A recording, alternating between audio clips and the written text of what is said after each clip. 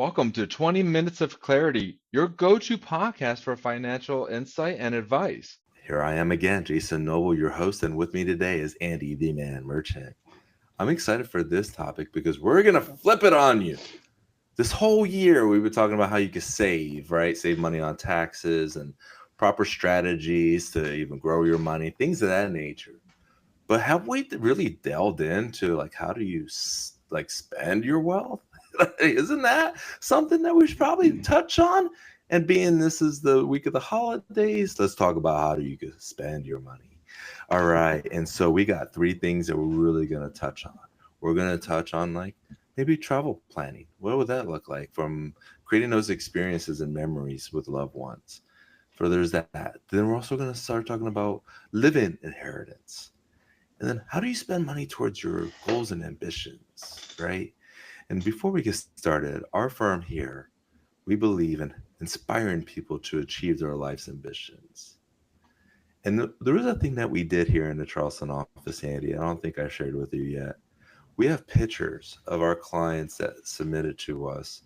We have them framed and we have it right there on the wall.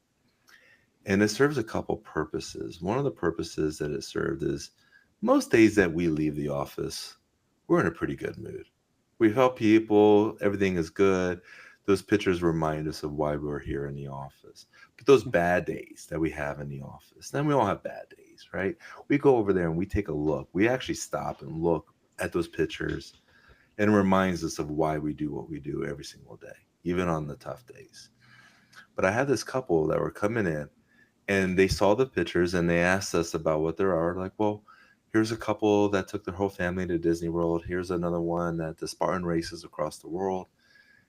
So the next time they came in, they go, you know, that wall inspired me to start looking at my big goal and something that I want to do with my family. So that really spurred on Yep. this being the topic of the conversation, right? And one of the first things that I mentioned, Andy, and I'm going to get you talking here in a moment, is around creating those memories with the loved ones and having those unique experiences seem to be a more impactful gift than something physical. It's those Mm-hmm. memories and experiences. What are some of the things that you're doing with your clients to really facilitate this kind of conversation? Well, you echoed it. I mean, it's perfect echo there. It's once upon a time I have this great mentor, and he always told me it's not the things that you do for your family, it's the things you do with your family. And he was referencing a lot with kids. We're busy professionals. Many of our listeners and viewers are in the same boat. We spend a lot of time traveling. You and I just got back recently from New York on a trip that took us away from our time, family, and trips. But it's like those are going to happen. But it's what do you do in the moment, right? And those are the conversations that I encourage my clients, to make sure that you're relevant there. Think through that. Too often times we're talking about, as you said earlier, saving money, saving more to this, being more optimal in your cash flow, doing less debt. But then it's like you sit back and you go, man, what have I actually done? Are my kids or my family going to be like, man, thanks, Dad, for always saving money and creating no experience for us, right? And it doesn't mean spoiled. It means creating things that they'll remember forever. And that's the same. I mean, I love your story about walls. Those that are watching us on YouTube right now, not listening, those are listening. You'll have to just picture this.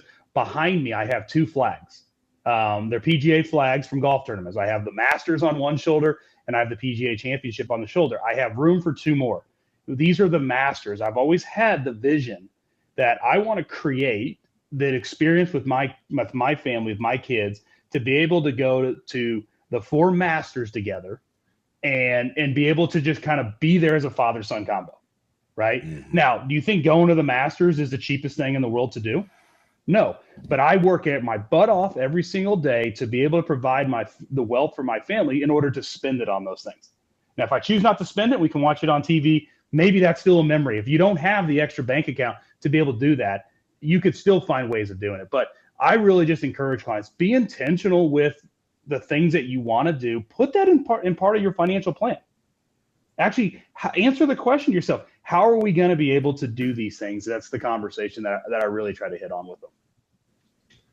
So the conversations that Rachel and I are having right now are really going into, okay, in 2025, where do we want to go with the family? what are some of those experiences and memories that we want to create?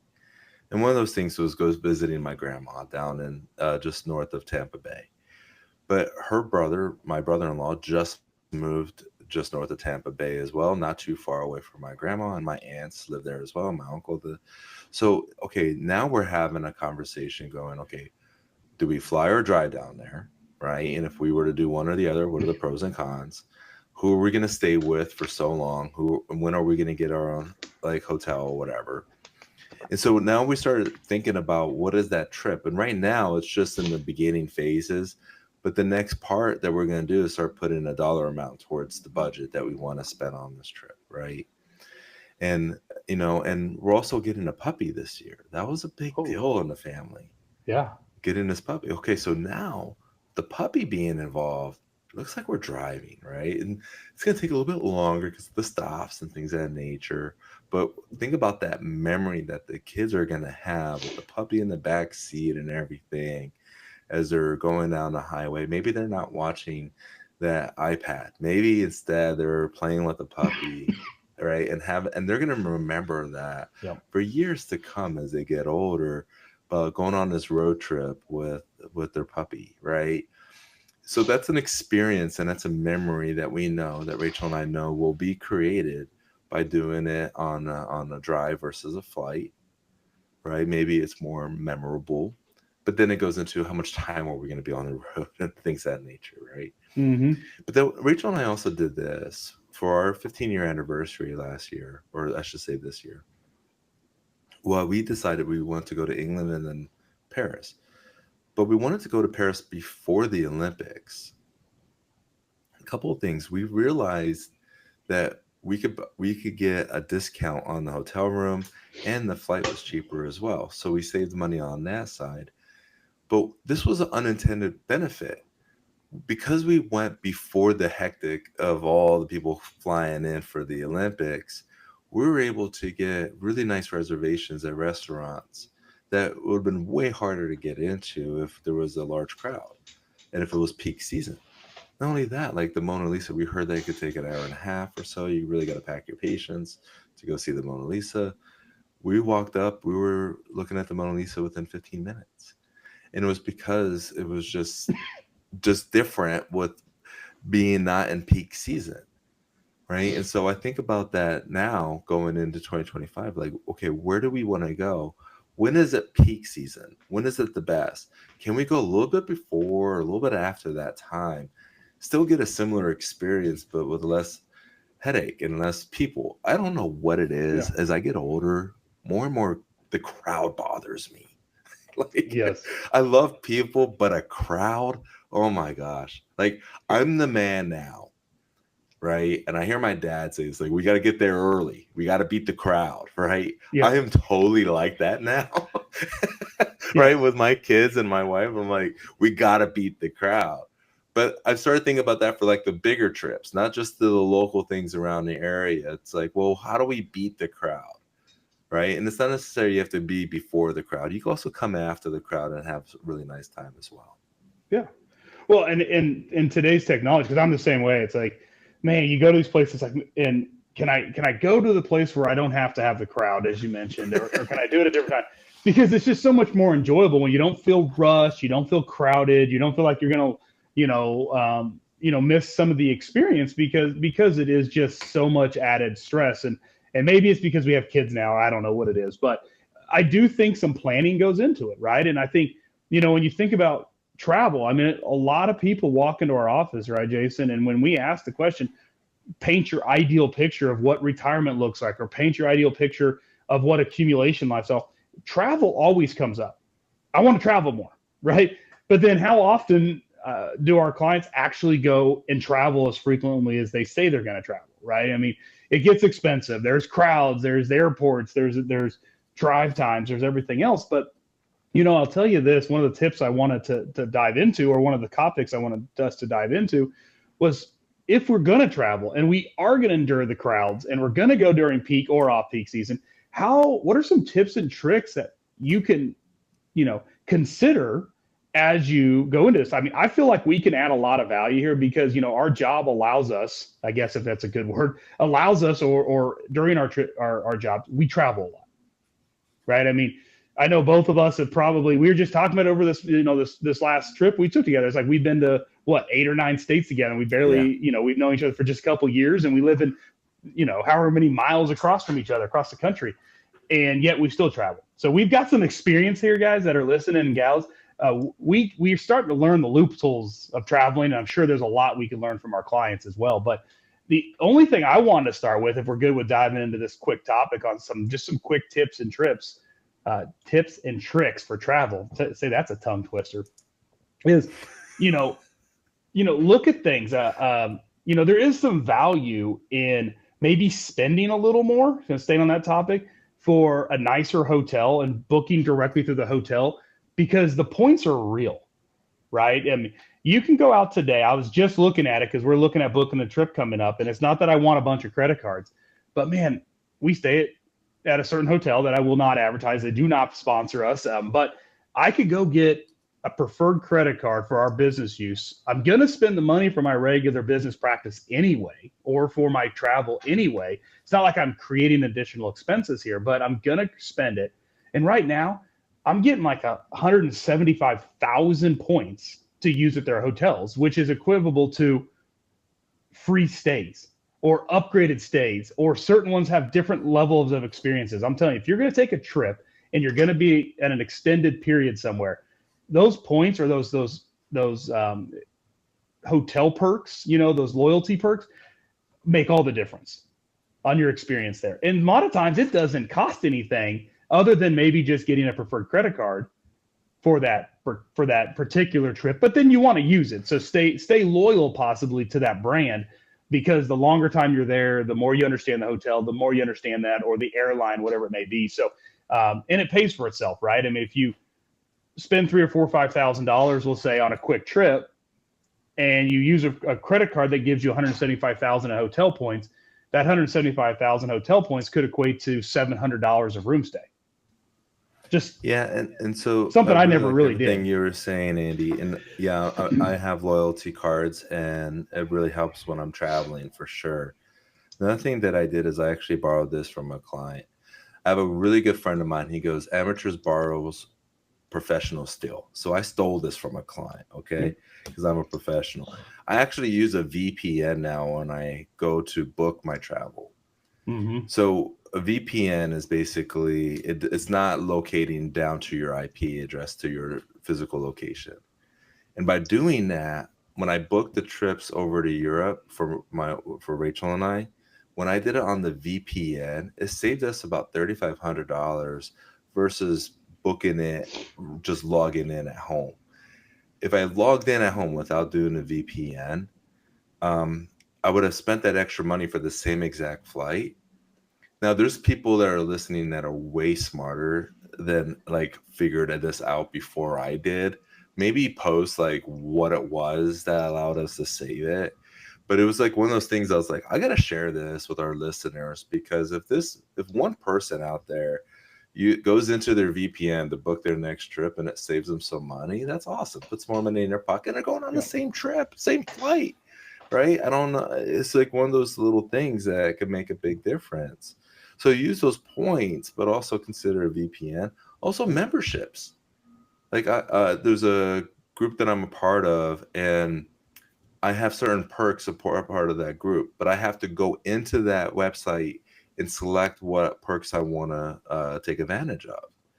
And one of those was basically upgrading me and my car rental automatically within a certain company. Mm-hmm. So I went in there and I just did it. It was part of the perks. I did that. So when I flew out, I was able to go to the rental car, and it was a nicer car for the same price. And the only thing it did is just take a little bit of homework on my part. But I saved that money that paid for the homework. It was a good trade-off. Yep. So these are things that you could be doing on the travel but we're not just talking about travel. When you said it in the beginning, we're going to say it one more time and then we're going to move on to the next topic. It's about creating those experiences and those memories. right? It doesn't matter where you're going. You could be going down the street, right?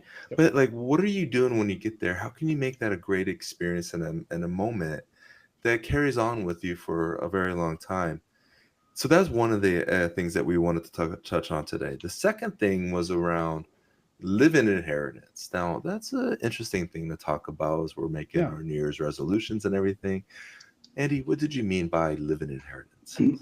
I talk to clients a lot about this, right, Jason? Because I mean, we spend so much time and energy.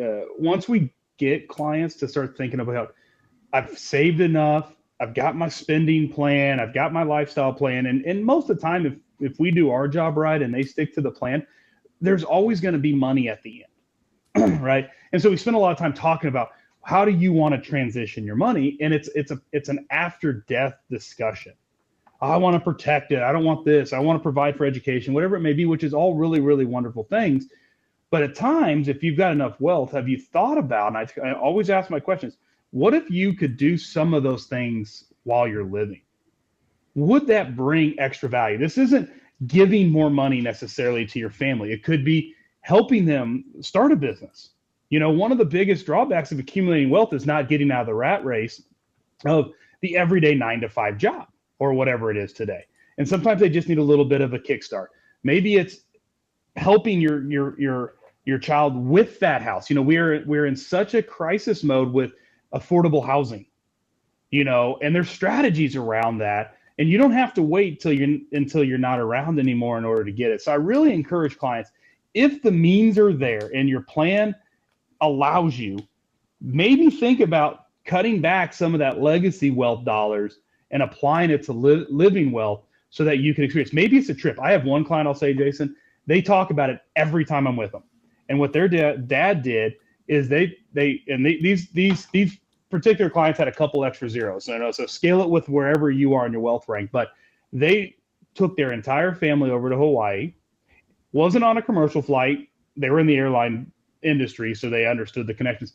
They were able to take a private plane for 20 members of their family from here over to Hawaii and just enjoy an amazing experience, right? They use some of that living wealth to do that.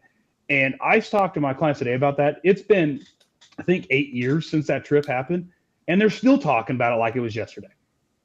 Think about that legacy and it wasn't like, oh, you know, Papa went off and spent all this money for the entire family. It was the time they spent on a plane together, the experiences they had, and the simplicity, the fact that it was stress free, and the things they're able to do. They're still talking about. So, you know, if private planes is over to Hawaii is in your living wealth, then great.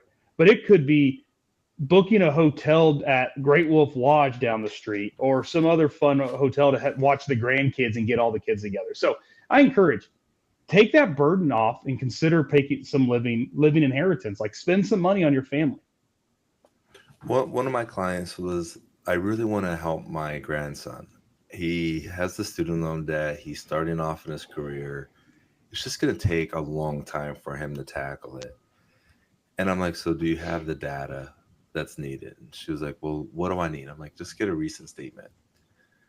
And so she reaches out to her grandson. She goes, hey, send me a recent statement. My financial advisor wants to look it over for you. And taking a look at it, the interest rates were pretty high. And she wanted to send him $18,000, which is the annual lifetime, is the annual exclusion. And I go, instead of sending it to him and then trusting that he's then going to use it on the student loans versus like buying a new car or whatever with it, taking a nice trip, maybe a private jet out to who knows Hawaii. where, right? Hawaii, right? We'll get Okay. you there. Instead, why don't we do it this way? Why don't we send it directly to the student loan provider, right? So he's getting the economic benefit. I could talk with him to recast it, see if that's a viable option so that the payments go lower as well. And it could fit into his own personal cash flow and his plan. Well, that's the route that I ended up taking. And we just wrapped this up a couple, like November. So it just happened.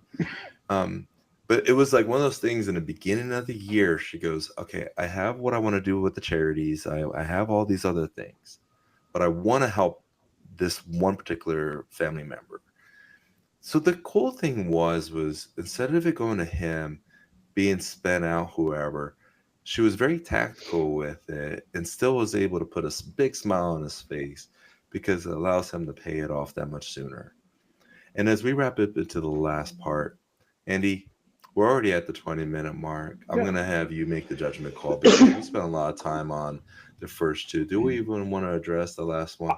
Honestly, I thought we started off with that one. Really, we started off with being intentional with the pictures and the golf trip. So I think we covered it a little out of order. So, but I think, go back if you have to, rewind, because that's really the intentional side of around your passion and your hobbies, like my passion, your passion. So I think we're good on it. I think that the real message is out there is you've built your wealth. The common question is, how do you spend your wealth? It's a very difficult world. And people struggle with it all the time. You get to a point, it's hard to spend your money. But remember, family's been there around our journey. Experiences last a lifetime, right?